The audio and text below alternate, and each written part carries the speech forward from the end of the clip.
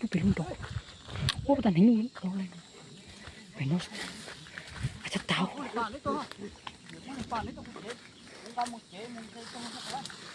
Thật tao. Nhưng mà cũng sẽ tung tử cho bà ta thổ mất tung tử đâu có thể tắt kia mà. Nó tung cái siêu nó chuồn hơn. Ôi gái. Qua tiêu u bao sông sổ ta hậu hai cha.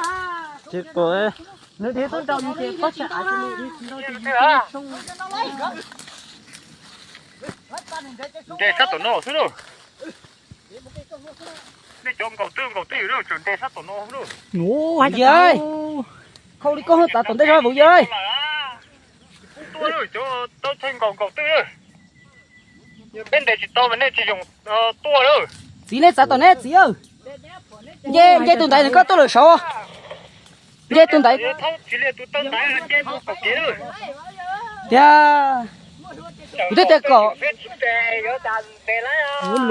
Lồn nó. Để chỉ lái liền. Tụi tôi nè, ôi lúa sông kia ta hậu sẽ hai cha. Tao rồi nó. Tụi dính là có này nữa. Nó là tao cho lấy để lái.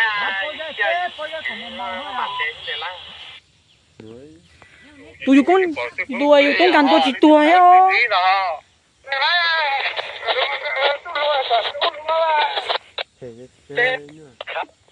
Khác của lô tụi nó sao? Yeah.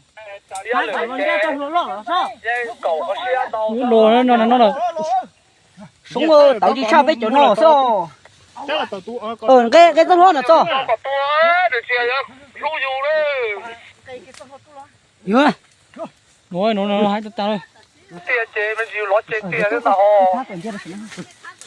Nó mà đi to là yêu to đó là là. mà. Nó cứ trâu quá còn nó tua phải nó tua đâu. Ôi mùi này nó mùi đó. Nhưng mà À, mà bằng cái lồng để mà cái lái nè. Tự tôi bán đề bây giờ tự cái kia là đề mà tự đó bây giờ Ôi ôi.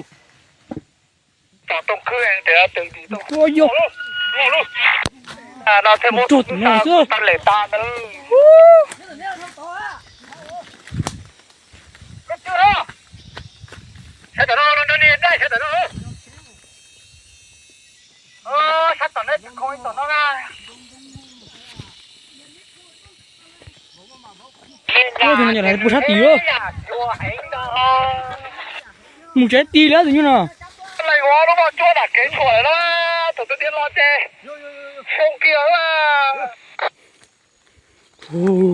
Hai tao như nó nè. Ôi vô hai thịt tiền đi. Tao nó tụi khua. Tụi nó đông lên nó tụi nó. Tụi nó chỉ hai tao là cứ được bao chứ. Cái chừng nhá tụi tao một cái nào không?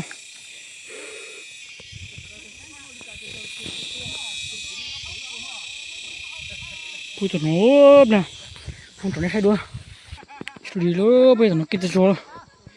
Tụi nó chuột từ. Tụi em tao có ăn nhung. Giờ lại thứ. Ui giờ nó lên tròn diện như người đó. Đã cá hả thì nó. Tiếc cá thế à. Tao như nào. Kẹp luôn nó.